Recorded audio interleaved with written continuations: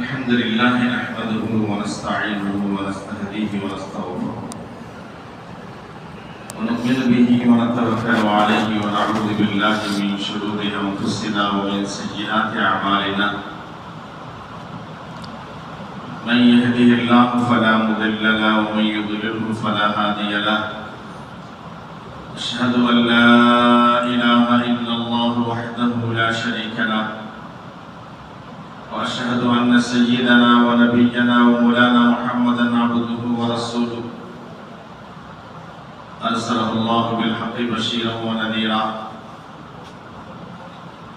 وداعيا إلى الله بإذنه وسراجا منيرا اللهم صل على محمد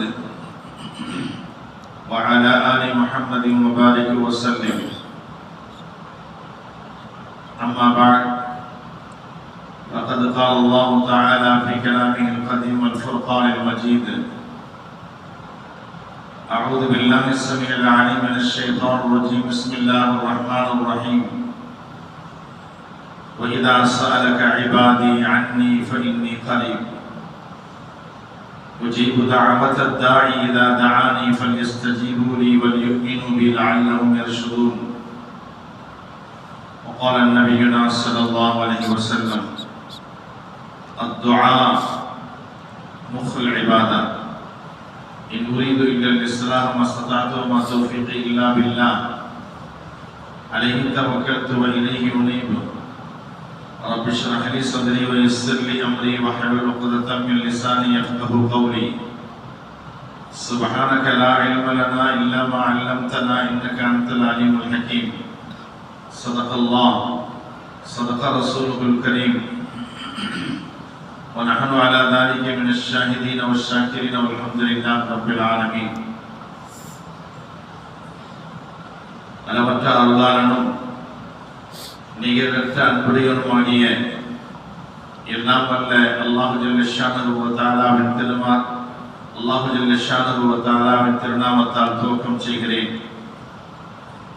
ஸலாத்தும் ஸலாமும் நமது இருலோக சர்தார் எம்பிரான் முஹம்மது முஸ்தபா அஹ்மத் முஜ்தபா ஸல்லல்லாஹு அலைஹி வஸல்லம் அவர்களின் மீதும் அன்னவர்களின் அடிச்சுவடுகளை முற்றிலும் பின்பற்றி நடந்த உத்தம சத்திய சஹாபா பெருமக்கள், தாபீன்கள், தபஉ தாபீன்கள், வலிமார்கள், இமாம்கள்,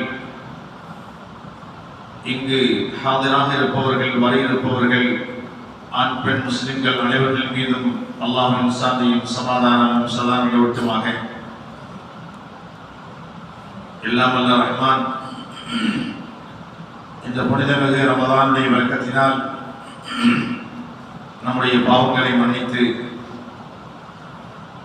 நம்முடைய நோன்புகளையும் நாம் செய்கிற எல்லா அமல்களையும் அல்லாஹ் நிரப்பமான கூடிய தந்தல் புரிவானாக. நோன்பின் பறக்கத்தினால் நமது உடல் ஆரோக்கியத்தை தந்தல் புரிவானாக. அவனை நின்று குனிந்து சிறப்பணிந்து வணங்குவதற்கு உடல் ஆரோக்கியத்தை தந்து நம்முடைய வாழ்க்கையில் நல்ல பறக்கத்தையும் தந்தல் புரிவானாக. நம்மில் வியாதியஸ்தருடைய வியாதியை அல்லாஹ் குணப்படுத்தி கொடுப்பானாக. மருத்துவமனை கஷ்டங்கள், அதன் சிரமங்கள், அதன் செலவுகளை விட்டு நமக்கு நிரந்தர பாதுகாப்பை தருவானாக. உலகத்தில் ஏற்பட்டிருக்கின்ற முசீபத்துகள், சோதனைகளை விட்டும் அல்லாஹ் உலக முஸ்லிம்கள் அனைவர்களுக்கும் பாதுகாப்பை தந்தல் புரிவானாக. என்ற இந்த புனிதமான ஜும்ஆவிலே துஆ செய்தவனாக என் சிறிய உரையை துவக்கம் செய்கிறேன். அல்லாஹ் ரசூல் எதை கட்டளையிட்டிருக்கிறார்களோ அதன்படி நடப்பதற்கும், எதை விட்டும் தவிர்த்து நடக்கச் சொன்னார்களோ அதை விட்டும் தவிர்த்து நடப்பதற்கும், எளியச்சத்தோடு வாழ்வதற்கும் முதலில் எனக்கும் இரண்டாவதாக உங்களுக்கும் வசியத்தும் செய்து கொள்கிறேன். எனக்குரியவர்களே, ரமதானுடைய 3வது பத்திலே நாம் அமர்ந்திருக்கிறோம். இன்னும் சில தினங்களில் இந்த ரமதானுக்கு விடை கொடுக்க இருக்கிறோம். இறுதி பத்திலே செய்யக்கூடிய அமல்களை எல்லாம் அல்லாஹ்வுடைய கிருபையால் நாம் செய்து வந்து கொண்டிருக்கிறோம். இன்னும் இந்த இறுதி பத்திலே இன்னும் என்னென்ன அமல்கள் செய்யணுமோ அத்தனை அமல்களையும் செய்து அல்லாஹ்வுடைய திருப்தியை நான் பெறுவதற்கு அல்லாஹ் எல்லோருக்கும் தௌஃபீக் தருவானாக. அன்புக்குரியவர்களே, துஆ இருக்கிறதே ஒரு முஃமினுக்கு ஒரு பேராயுதமாக இருக்கிறது, பக்க பலமாக இருக்கிறது. எப்படி ஒரு ஆயுதம் வைத்திருப்பவன் தன்னை தற்காத்துக் கொள்கிறானோ அதுபோல எப்போதுமே அல்லாஹ்விடத்தில் கையேந்துகிறவன் அவன் தன்னை பாதுகாத்துக் கொள்கிறான், தன்னுடைய தேவையை நிறைவேற்றிக் கொள்கிறான். காரணம், நாம் நம்முடைய தேவையை நம்மை படைத்த ரப்பிடத்தில் தான் சொல்ல முடியும். நம் உள்ளத்தில் உண்டானதை வேறு யாரிடத்திலும் சொல்ல முடியாது. பூரணமாக சொல்ல வேண்டும் என்றால் ஏதோ சொல்லலாம், தன் மனைவிடத்திலே, தன் பெற்றோரிடத்திலே, நண்பரிடத்திலே எது சொல்வார்கள், மூடி மறைத்துத்தான் சொல்வார்கள். ஆனால் தன்னை படைத்த ரப்பிடத்திலே எல்லாமே சொல்லலை. ஏன்னா அவனுக்கு தெரியாமல் உள்ளத்தில் எதுவுமே இல்லை. உள்ளத்திலே என்ன நினைக்கிறோம் அப்படி அந்த அந்த நினைப்பை கூட கூட அல்லாஹ் அறிகிறான். அப்படி இருக்கிற போது நம்முடைய தேவைகளை ரப்பிடத்தில் தான் சொல்லி நம்முடைய தேவைகளை நிறைவேற்றிக் கொள்ள வேண்டும். அதை அவன் விரும்புகிறான். அன்பிற்குரியவர்களே, ரப்பு என்று சொல்வதை அல்லாஹ் விரும்புகிறான். அதுபோல நாம் அவனுடைய அடிமை என்பதை சொல்வதையும் அல்லாஹ் விரும்புகிறான்.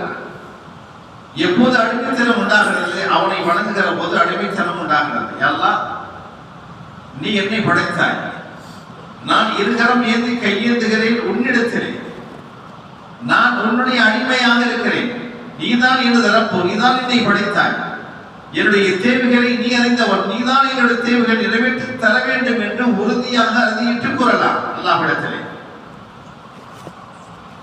ரசூலுல்லாஹி ஸல்லல்லாஹு அலைஹி வஸல்லம் அன்னவர்களை அல்லாஹ் சொல்லும்போது கூட நாம் கலிமா சொல்லுகிறோமே, அஷ்ஹது அல்லா இலாஹா இல்லல்லாஹ் வ அஷ்ஹது அன்ன முஹம்மதன் அப்துஹு வ ரசூலுஹு. அப்பதான் முதல்ல அல்லாஹ்வுடைய அடியாராகவும் தூதராகவும் நான் சாட்சி சொல்கிறேன் என்பதை இரண்டுமே இணைத்து அல்லாஹ் சொல்லியிருக்கிறார். அந்த அத்தியத்தை தான் ரசூல் பிரியப்பட்டார்கள். அதனால் நம்முடைய துஆ கேட்கிற போது அல்லாஹ் ரப்பு என்ற வார்த்தையை அவன் விரும்புகிறான். முதலில் படைக்கப்பட்ட ஹஜ்ரத் ஆதம் அலைஹிஸ்ஸலாம் அவர்கள் அல்லாஹ்விடத்தில் எப்படி துஆ கேட்டார்கள்? ஆதம் அலைஹிஸ்ஸலாம் ஹவ்வாவும் அல்லாஹ் குர்ஆனில் சொல்லி காமிக்கிறான், ரப்பனா ظلمنا انفسنا وان لم تغفر لنا وترحمنا لنكونن من الخاسرين.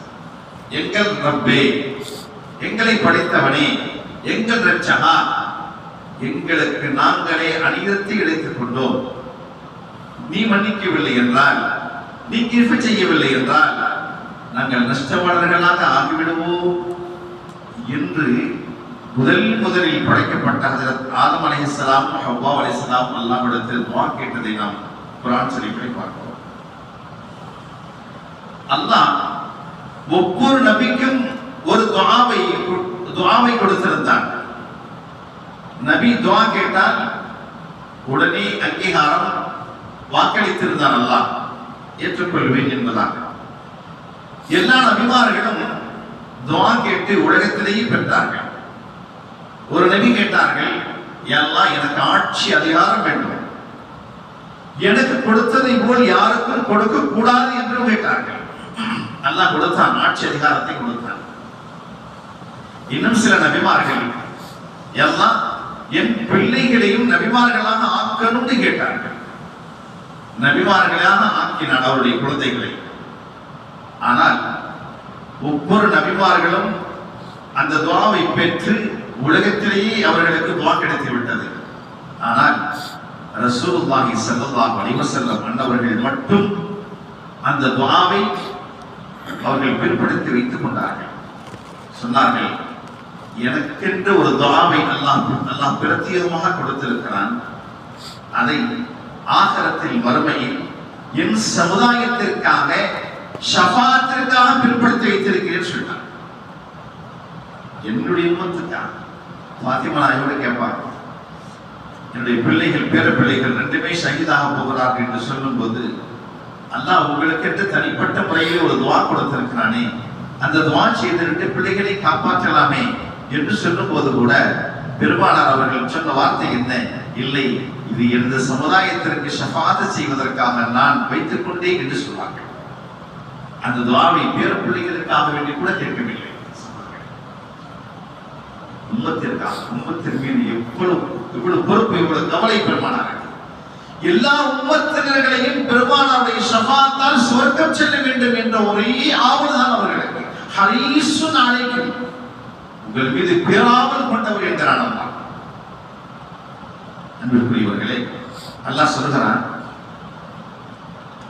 அதாவது உதுஊனி அஸ்தஜிப் லக்கும், என்னை அழையுங்கள் நான் பதில் தருகிறேன் என்கிறார்.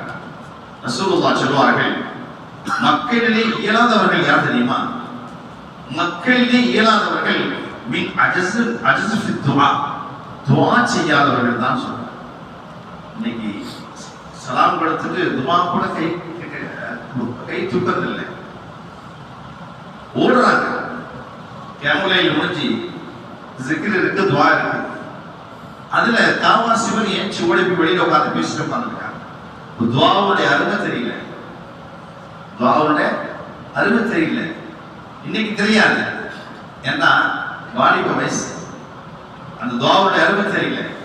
எப்ப தெரியும்?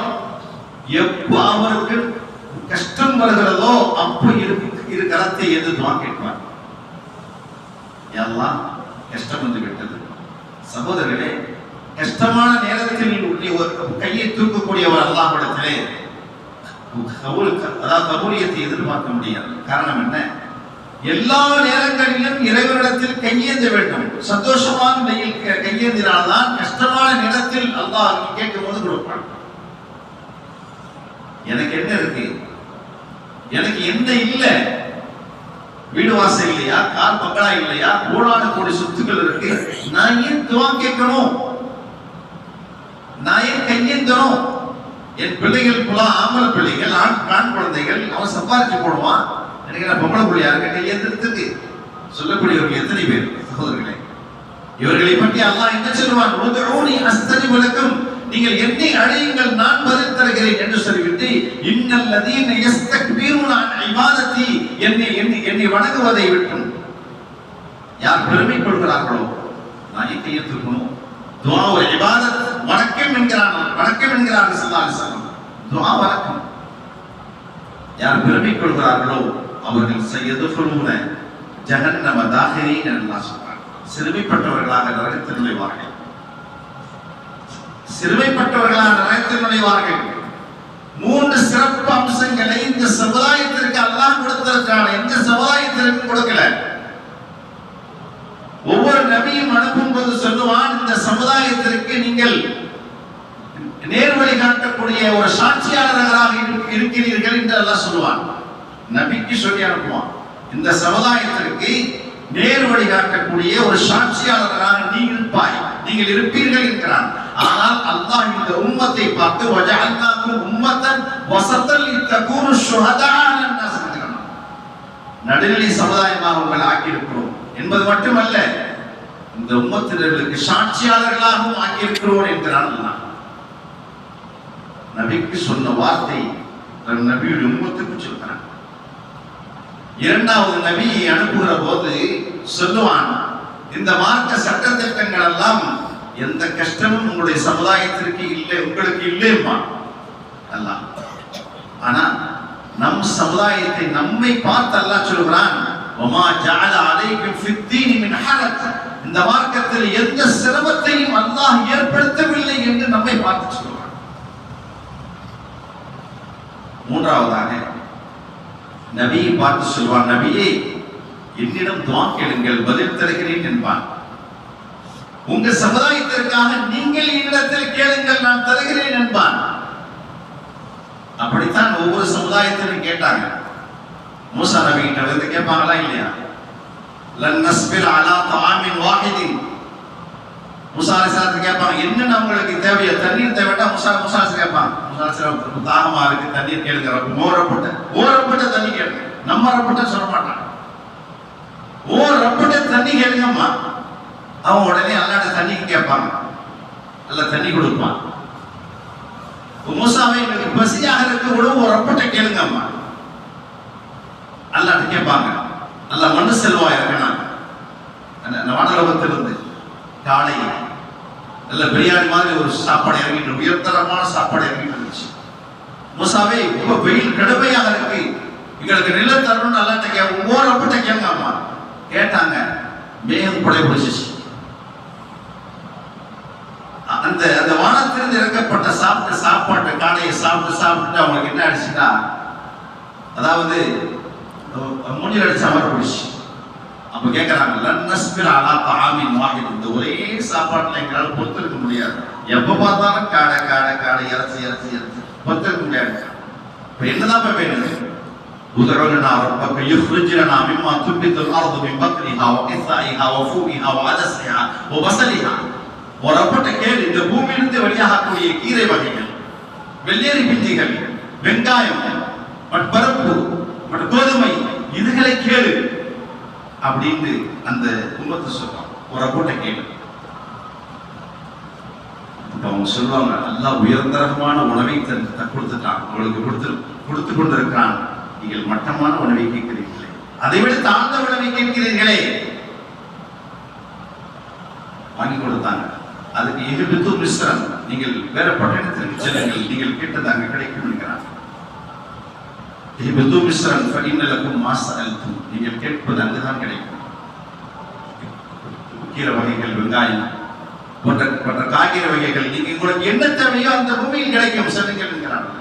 இப்படி அந்த ஒவ்வொரு சமுதாயமும் என்னென்ன தேவையோ அந்த நபிட்டு தான் போய் சொல்லுவாங்க. அவங்கள்ட்ட டைரக்டா கேட்க முடியாது அல்லாட்ட. அது மாதிரி ஈசா அலைஹிஸ்ஸலாம் சமுதாயம் வந்து கேட்குது அல்லாட்ட, ஈசாவே எங்களுக்கு ஒரு உணவு தட்டி வேண்டும். ஹல் யஸ்தீஉ ரப்புக அன் யன்ஸில அலைனா மாயிதத்தன் மினஸ் ஸமா, விண்ணிலிருந்து உணவு தட்டு கொண்டு வரப்படால் முடியுமான்னு கேட்கிறாங்க. யார்கிட்ட? ஈசா நபிகிட்ட. அப்போ அவங்க கேட்கிறாங்க, ஏன்பா விண்ணிலிருந்து உனக்கு உணவு வேணும்?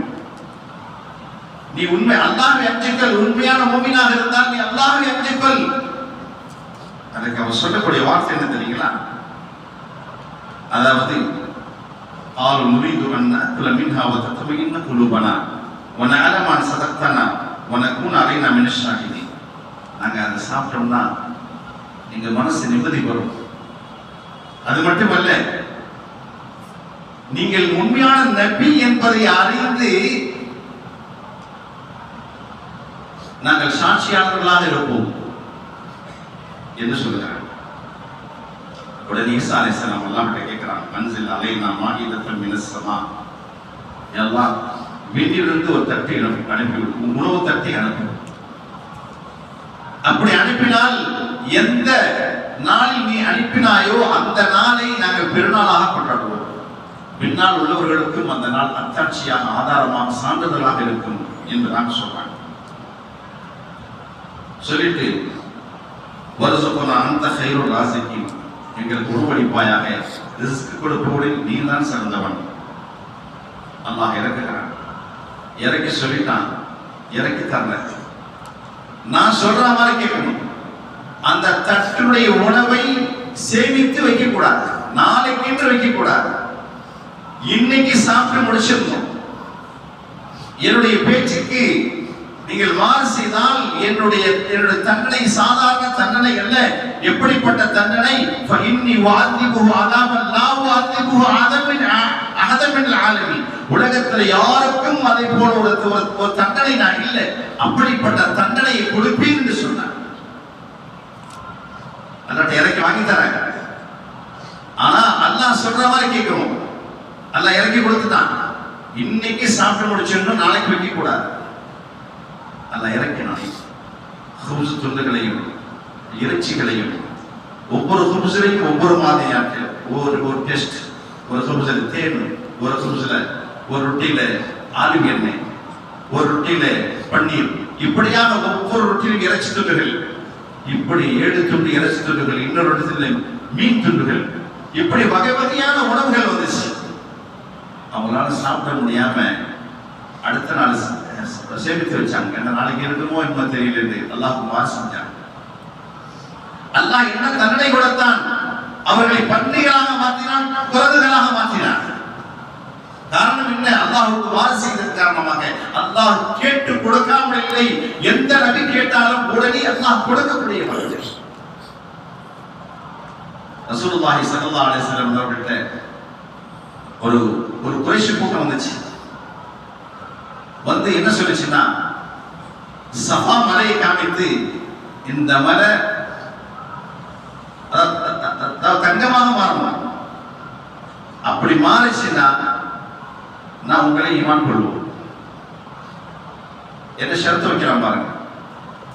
நாங்க ஈமான் கொள்வதென்றால் இந்த மலை தங்கமாக ஆகணும். அப்படியா? சரி, நான் அல்லாஹ்ட்ட கேட்கிறேன். அல்லாஹ்ட்ட கேட்கிறாங்க, யா அல்லாஹ் இந்த மலை தங்கமாக ஆகணும், அப்படிதான் அவன் ஈமான் கொள்வானா? நீ ஆக்க தங்கமாக ஆக்க, ஈமான் கொள்ளட்டுமே. ஜிப்ரீல் அலைஹிஸ்ஸலாம் இறங்குறாங்க. அல்லாஹ் சலாம் கூறினான் உங்களுக்கு. அல்லாஹ்வுடைய ஒருத்தர் தங்கமாக மாறி என்றால் துணி என்றால் ஆகிவிடும். அது ஒரு பெரிய காரியமே இல்லை அல்லாஹ்வுக்கு. ஆனால் அது தங்கமாக ஈமான் கொள்ள என்றால் உலகத்தில் யாருக்கும் கொடுக்கப்படாத தண்டனையை நான் கொடுப்பேன். சம்மதமாக கேட்கிறான் சொல்ல கருணை உள்ளமாச்சே. அப்படி ஈமான் கொள்ளாம அல்லாஹ்வுடைய தண்டனை வந்துச்சுன்னா என் உம்மத்துகள் அழிக்கப்பட்டுருவானே என்பதாக எண்ணி ரசூலுல்லாஹ் சொன்னாங்க, இல்லை வேண்டாம், எனக்கு அல்லாஹ்வுடைய அருளும் மன்னிப்பும் தான் வேண்டும், இது தங்கமாக வேண்டாம். ஒரு காலம் அவன் ஈமான் கொள்ளாமல் போயிட்டான், அவன் தண்டிக்கப்பட்டு விடுவானே. எப்படி எடுத்துக்கொண்டு ரசூலுல்லாஹி ஸல்லல்லாஹு அலைஹி வஸல்லம்.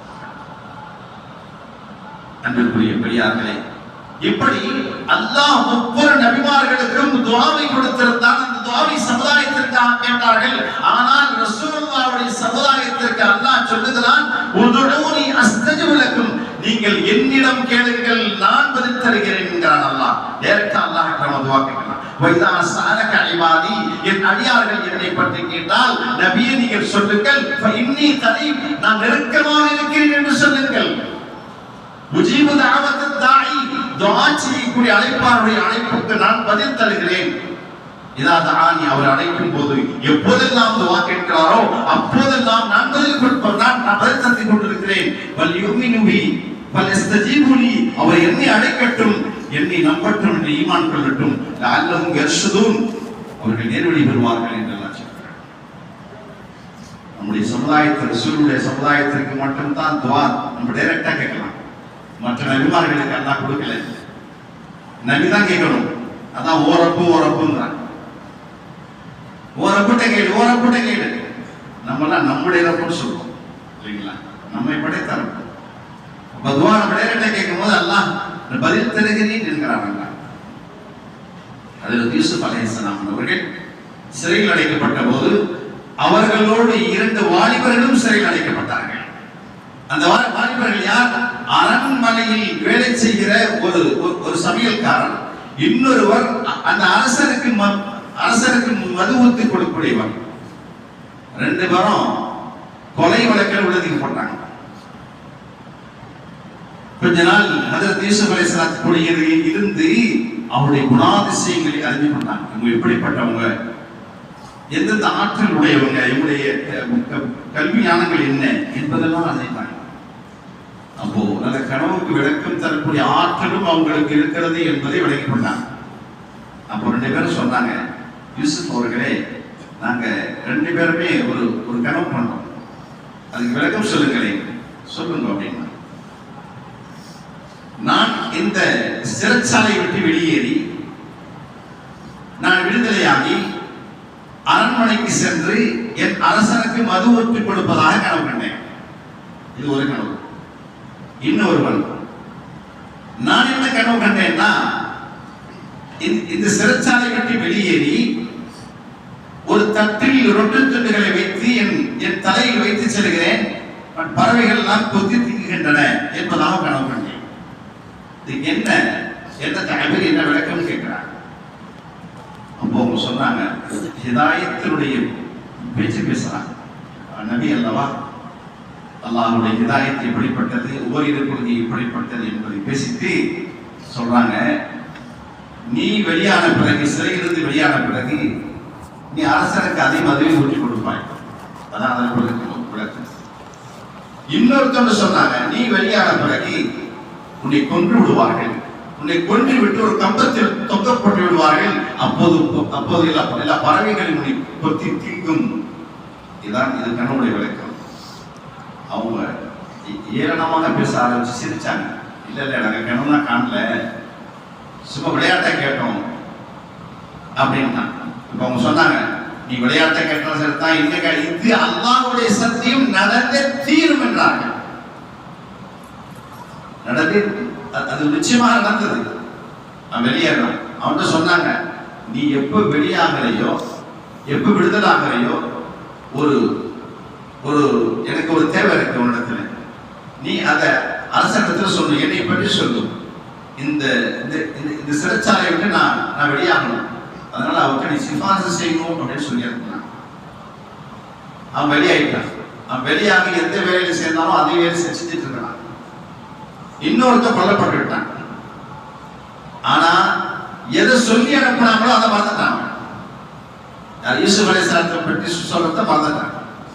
ஒன்னு ஜிப்ரீல் அலைஹிஸ்ஸலாம் வந்துட்டாங்க. யார்கிட்ட? யூசுப் அலைஹிஸ்ஸலாம். யூசுஃபே, உங்களுடைய சகோதரர்கள் உங்களுடைய சகோதரர்கள் உங்களை அதாவது கொலை செய்ய திட்டமிட்டார்கள் அல்லவா, அவர்களுடைய சூழ்ச்சியிலிருந்து காப்பாற்றியவன் யார் என்று கேட்கிறார்கள். யூசுப் அலைஹிஸ்ஸலாம், அல்லாஹ் தான் காப்பாற்றினார். உங்களுடைய சகோதரர்கள் கிணற்றிலே தூக்கி போட்டார்கள், பாலடைந்த கிணத்திலே. அந்த கிணற்றிலிருந்து காப்பாற்றியவர் யார்? அல்லாஹ் தான் காப்பாற்றினார். ஜுலேஹாவுடைய தீய செயலில் அவளை அழைக்கும் போது, அப்போது உன்னை காப்பாற்றியவன் யார்? அப்போதும் சொன்னார்கள் யூசுப் அலைஹிஸ்ஸலாம், அல்லாஹ் தான் காப்பாற்றினார். பெண்களுடைய சூழ்ச்சிகளை விட்டும் உங்களுடைய மனம் திருப்பியது யார்? அல்லாஹ் தான் மனம் திருப்பினார், என் மனசை திருப்பினார். இப்படி ஒவ்வொன்றுக்கும் அல்லாஹ் தான் செய்தான் என்று சொல்லும் போது, சிறை விட்டு வெளியாகுவதற்கு ஒரு மனிதனிடத்தில் நீ தேவையாக இருக்கிறாயே, அல்லாஹ் கோபப்பட்டு விட்டானே என்று சொன்னார். அப்படியா? உண்மைதான். நான் தவறிழைத்து விட்டேன், யா அல்லாஹ் நான் தவறிழைத்து விட்டேன், கருணையாளனே நீ என்னை மன்னித்து விடு. இப்ராஹிம் அலைஹிஸ்ஸலாத்துடைய ரப்பே, இப்ராஹிம் அலைஹிஸ்ஸலாத்துடைய சந்ததிகளுடைய ரப்பே, யாக்கூப் அலைஹிஸ்ஸலாத்துடைய ரப்பே, நீ என்னை மன்னித்து விடு, கருணை காட்டு என்று அப்போதே உணர்ந்து அல்லாஹ்விடத்தில் துஆ கேட்டார்கள். எத்தனையோ வியாதியஸ்தர்கள் துஆவின் மூலமாக தான் குணமடைந்திருக்கிறார்கள். எத்தனையோ கவலையும் துக்கமும் கொண்டவர்கள் துஆவின் மூலமாக தான் அல்லாஹ்வுடைய துக்கத்தையும் கவலையும் நீக்கினார். எத்தனையோ வீட்டை விட்டும் காணா போனவர்கள், வீட்டை விட்டு சென்றவர்கள் துஆவினால் தான் கிடைத்திருக்கிறார்கள். எத்தனையோ வழி தவறியவர்கள் துஆவின் மூலமாக தான் அல்லாஹ் அவர்களுக்கு ஹிதாயத்தை கொடுத்திருக்கிறார். அன்பிற்குரியவர்களே, எத்தனையோ மையத்துகள், எத்தனை கபராளிகள், அவர்கள் நம்மிடமிருந்து எதிர்பார்ப்பது நம்முடைய துஆவை. அந்த துஆவினால் தான் அவர்களுக்கு அல்லாஹ் அந்தஸ்தை கொடுத்து பாவத்தை மன்னித்து அல்லாஹ் அந்தஸ்தையும் தருகிறார். துஆ தான் முக்கிய காரணமாக இருக்கிறது. ஒவ்வொரு நபிமார்களுக்கும் அல்லாஹ் கேட்ட துஆவை அங்கீகரித்திருக்கிறார். அய்யூப் அலைஹிஸ்ஸலாம் அவர்கள் தான் கஷ்டத்தில் இருக்கிற போது, நோயுற்ற பொழுது அல்லாஹ்விடத்தில் இன்னி மஸ்ஸனிய துர், யா அல்லாஹ் எனக்கு தங்கடம் தொட்டு விட்டது என்று சொல்லும் போது, ஃபஸ்தஜப்னா லஹு ஃபகஷப்னா அன்ஹு மின் துர்ரிஹி, அல்லாஹ் பதிலளித்த உடனே, துஆ கேட்ட உடனே உங்களுடைய கஷ்டத்தை நீக்கி விட்டோம் என்று அல்லாஹ் சொல்றார். உடனே பதில் தந்து விட்டார். அன்பிற்குரியவர்களே, அதுபோல ஜக்கரியா அலைஹிஸ்ஸலாம் வயதான நேரத்தில், யா அல்லாஹ் என்னை தனியாக நீ விட்டு விடாதே, வான்த கையில் வாரிசு கொடுப்பவர்களுக்கு ரொம்ப சிறந்தவன் என்று அல்லாஹ்விடத்தில் துஆ கேட்க ஆரம்பிச்சாங்க. இல்ல குழந்தை கொடுத்து ஃபஸ்தஜப்னா லஹு வஹப்னா லஹு இஸ்ஹாக், அல்லாஹ் உடனே பதில் கொடுத்தோம், அவருக்கு இஸ்ஹாக் என்ற ஆண் மகனையும் கொடுத்தோம், யஹ்யா என்ற ஆண் மகனையும் கொடுத்தோம் என்றார். பேர் வச்சு அனுபவிச்சிட்டான். உடனே மலக்குமார்கள் வந்துட்டாங்க.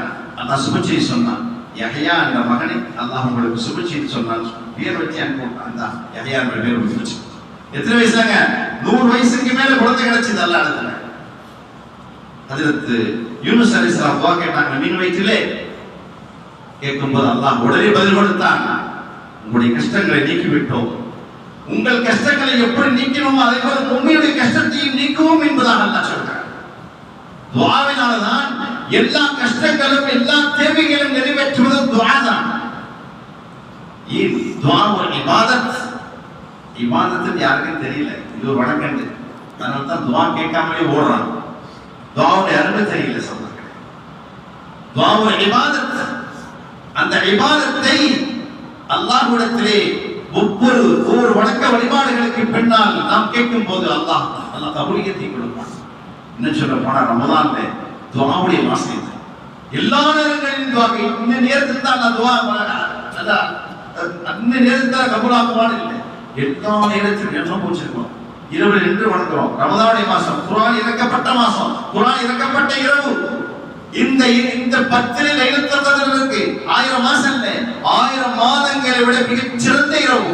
அந்த காலத்திலே அந்த ஷம்ஊன் என்ற ஒருவர் எப்படி 1000 வருடங்கள் வணங்கி 1000 வருடங்கள் இறை பாதையில் அவர் போரிட்டாரோ அதை விட பன்மடங்கு உங்களுக்கு நம்பி இருக்கிறது, மிக சிறந்த இரவு இருக்கிறது என்பதாக அல்லாஹ் அந்த இரவை பற்றி சொல்கிறார். அப்படிப்பட்ட ஒரு மகத்தான மாதத்தில், மகத்தான 10 மகத்தான இரவில் நாம் இருக்கிறோம். எந்த நேரத்தில் நம்முடைய தேவையை அல்லாஹ்விடத்தில் கேட்டாலும் நிச்சயமாக அல்லாஹ் பதில் தரக்கூடியவனாக இருக்கிறான். எல்லாம் வல்ல ரஹ்மான் நம்முடைய எல்லா தேவைகளையும் அல்லாஹ்விடத்தில் கேட்டு பெறக்கூடியவர்களாக அல்லாஹ் நம்மை ஆக்கி அந்த எல்லா துஆவையும் அல்லாஹ் கபூல் செய்தல் புரிவானாக என்ற புனிதமான நேரத்தில் துஆ செய்தவனாக என்னுடைய சிறியுரை முடிக்கிறேன். அடுத்து வெளியில் ஒரு விருத்தாசலத்தில் ஒருவர் வந்திருக்கிறார். அவரும் உடல்நிலை பாதிக்கப்பட்டவர். அவருடைய மனைவியும் மூளை பாதிக்கப்பட்டவர்கள்.